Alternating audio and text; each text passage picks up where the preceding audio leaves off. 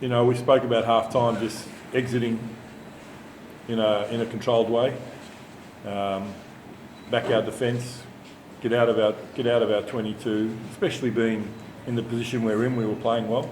There was no need for us to try and overplay our hand down in our 22, and we just needed to exit out of there and just play a sensible game from there.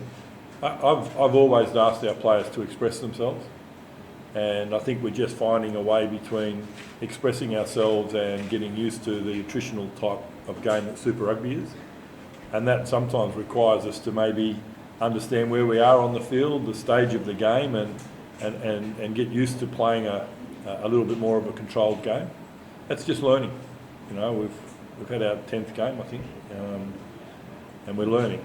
And the boys will take away that you know, when you get on top and things are going well for you, you've probably got to look at why that's happening. And the reason why that was happening was we were playing a good, strong carry forward, get across the game line, recycle the ball, play again, let our backs go one-on-one on the edge. And that was probably what we did in the first half. So that'll be a learning for us, and it's good. And you know, and I know you know, Melly and the players are really disappointed. And it was great for our fans to see our team, and it is an exciting time. You catch us at an end of a disappointing time, so we probably sound like we're a little bit down, but let me tell you, it is massively exciting to be home.